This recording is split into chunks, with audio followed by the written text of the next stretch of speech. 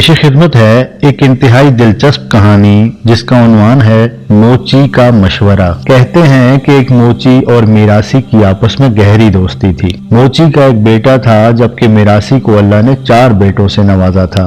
वो जब भी इकट्ठे होते मुस्तकबिल के मंसूबे बनाते। मिरासी कहता मैं अपने बेटों को पढ़ा लिखा कर बड़ा अफसर बनाऊंगा। मोची कहता अफसर जरूर बनाओ मगर इन्हें तरबियत भी जरूर देना। इस पर मिरासी कहता वो जब बड़े अफसर बन जाएंगे तो फिर इन्हें तरबियत की क्या जरूरत। वक्त गुजरता गया। मोची रोजगार की तलाश में किसी दूसरी बस्ती चला गया। मिरासी के बेटे पढ़ लिख कर बड़े अफसर बन गए और शहरों में जा बसे। इन्हें अपने बूढ़े वालिदैन बिल्कुल ही भूल गए। मिरासी और इसकी बीवी इसी तरह मेहनत मजदूरी करके अपना गुजारा करते रहे। एक दिन मिरासी ने सोचा कि अपने दोस्त मोची से मिला और इसका हाल मालूम किया जाए। ये सोचकर वो मोची के गांव जा पहुंचा। इस वक्त मोची घर पर नहीं था और ना ही उसका बेटा मौजूद था। मोची की बहू को जब मालूम हुआ कि मेरे ससुर का दोस्त उससे मिलने आया है तो उसे ताजीम से घर ले आई, उसे खाना खिलाया और उसकी खूब खातिर मदारत की। इतने में मोची का बेटा भी घर आ गया। उसने भी अपने बाप के दोस्त को बहुत एहतराम दिया और उसकी खातिर में लग गया। शाम हुई तो मोची भी घर आ गया।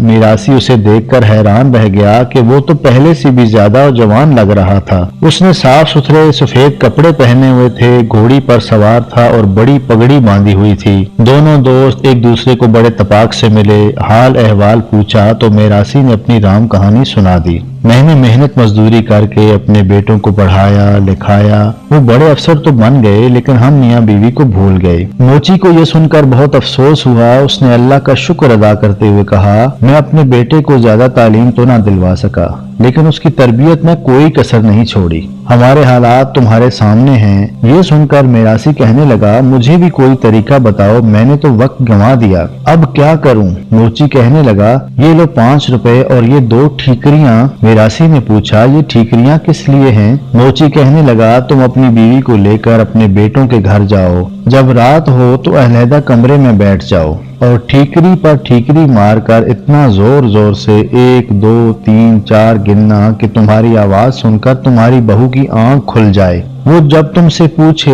बाबा क्या गिन रहे हो तो तुम फौरन अपनी जेब से 5 रुपए निकाल कर इसे दे देना और कहना बेटी ये लो 5 रुपए, मैं अपनी जमा शुदा रकम गिन रहा हूँ। तुम इसका जिक्र किसी से ना करना। सुबह होते ही तुम्हारे 4 बेटों और बहुओं को तुम्हारी इस जमा शुदा दौलत के बारे में खबर हो जाएगी, फिर देखना क्या इनकलाब आता है। मिरासी ने ऐसा ही किया तो उसके बेटों का रवैया यकदम बदल गया। बहुओं का रवैया भी खुशामदाना हो गया। उन्होंने बुढ़िया और बूढ़े दोनों की खिदमत करना शुरू कर दी। कुछ दिनों बाद बुढ़िया फौत हो गई तो बूढ़े मिरासी की पहले से भी ज्यादा खातर तवाज़ो होने लगी।